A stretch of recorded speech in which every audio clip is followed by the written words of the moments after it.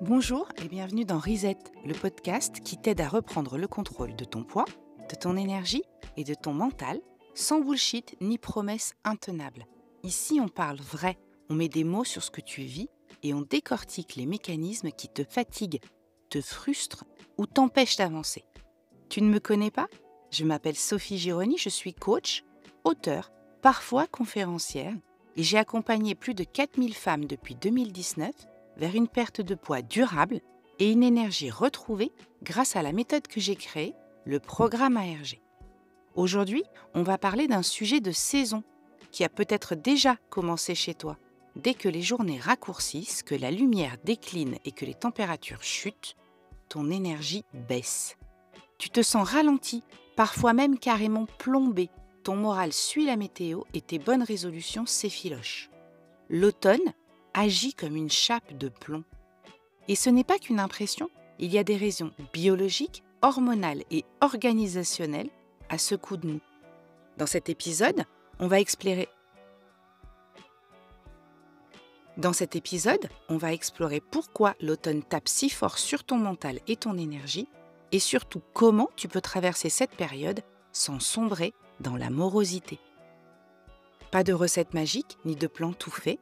Mon but aujourd'hui, c'est de t'apporter de la clarté, comprendre ce qui se joue, reconnaître les signaux et commencer à adapter ton quotidien pour que ton énergie reste stable.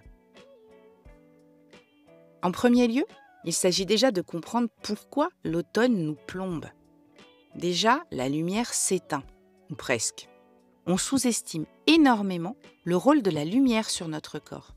Pourtant, c'est elle qui règle ton horloge interne, ton rythme circadien.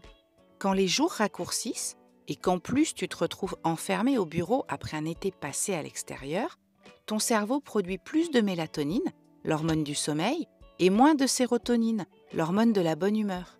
Résultat, fatigue, manque de motivation, morale en berne. Tu n'es pas paresseuse, ton corps envoie des signaux biologiques. Ensuite, le froid est la tendance de ton corps à l'économie d'énergie. Ton organisme n'est pas fan du froid. Pour maintenir la température corporelle, il consomme plus d'énergie et il n'aime pas ça.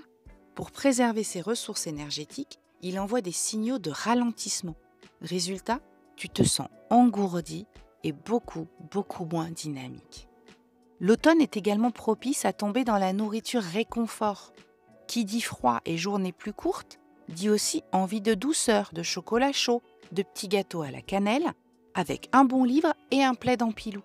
C'est le retour des raclettes entre amis, des soirées crêpes avec les enfants et des pancakes, des petits-déj pluvieux du dimanche. Ton cerveau associe naturellement ces aliments à du confort et de la chaleur. Et les écarts s'installent plus facilement. Sauf que trop de sucre plombe ton énergie. Et ne parlons pas de l'effet charge mentale qui te plombe aussi. L'automne, c'est aussi la rentrée qui s'est installée, le quotidien qui reprend son rythme effréné, l'effet bénéfique des vacances qui s'est totalement évanoui. Après l'élan de septembre, quand on a tout mené de front parce qu'il fallait bien le faire, la fatigue s'accumule et le moral baisse. Tous ces facteurs contribuent à la fameuse dépression saisonnière, qu'on connaît toutes plus ou moins. Et ce n'est pas très étonnant quand on comprend ce que vit notre corps. Notre rythme circadien automnal impacte nos hormones et la gestion de l'énergie. Ton horloge interne se cale sur la lumière. Quand la luminosité chute, c'est comme si on avançait vers un mode hibernation. Moins de dopamine, plus de mélatonine, ton énergie descend, tes envies de sucre montent. Ce n'est pas une question de volonté, c'est une mécanique hormonale. Notre cortisol est moins actif. Le cortisol, cette hormone qu'on adore détester, est utile lorsqu'il agit correctement. Il nous donne un coup de fouet le matin pour nous aider à démarrer, stimule notre appétit, améliore notre énergie. Sauf qu'en automne, ce pic matinal est souvent moins marqué. Tu démarres donc plus lentement et tu traînes une fatigue qui t'accompagne toute la journée. Et c'est aussi le moment où l'inflammation remonte. Une alimentation plus lourde, plus sucrée, moins de mouvement et de détente, du stress en veux-tu, en voilà et paf, les braises se réactivent, l'inflammation de bas grade s'élève. Et même si c'est léger, cette inflammation accentue la fatigue, le brouillard mental et les fringales. Mais on peut traverser l'automne plus sereinement. Je te l'ai dit, je ne propose pas de solution miracle. Mais il existe des leviers simples pour éviter de sombrer dans le cercle vicieux. Moins de lumière, moins d'énergie, moins d'envie, plus d'écart, encore moins d'énergie. Déjà, la lumière est ta meilleure alliée.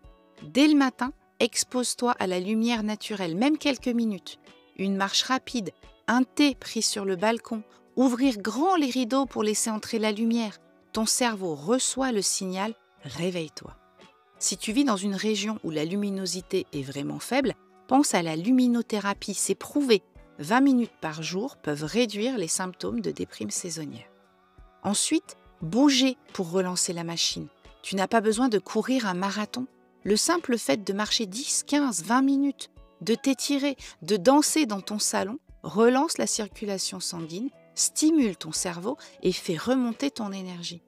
Au bureau, sortir simplement à l'heure du déjeuner pour faire le tour du pâté de maison à la lumière du jour peut tout changer. Oui, même s'il pleut.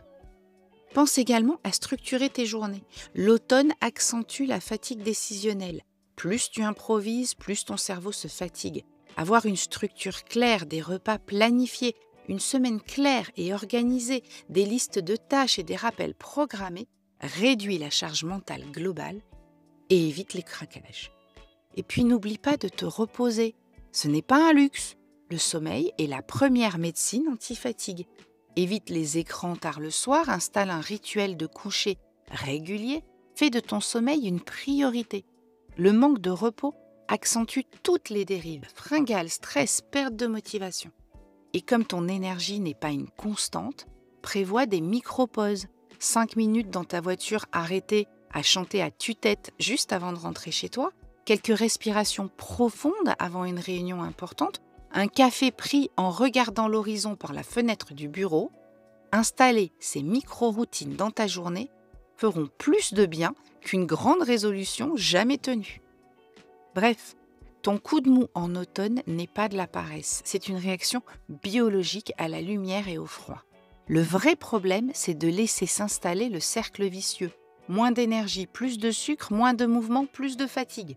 Tu peux limiter les dégâts en faisant de meilleurs choix alimentaires et en veillant à intégrer lumière, mouvement, structure, sommeil et pause régulière à tes journées. Pas besoin de révolutionner ton quotidien, des micro-ajustements suffisent s'ils sont réguliers. Ton corps n'a pas besoin de perfection, il a besoin de régularité et de signaux clairs. C'est la constance qui paye, pas la performance.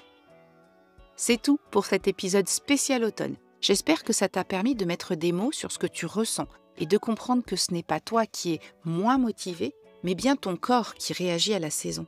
Si cet épisode t'a plu, abonne-toi au podcast Reset. Tu recevras chaque semaine un nouvel épisode pour t'aider à reprendre le contrôle de ton poids, de ton énergie et de ton mental.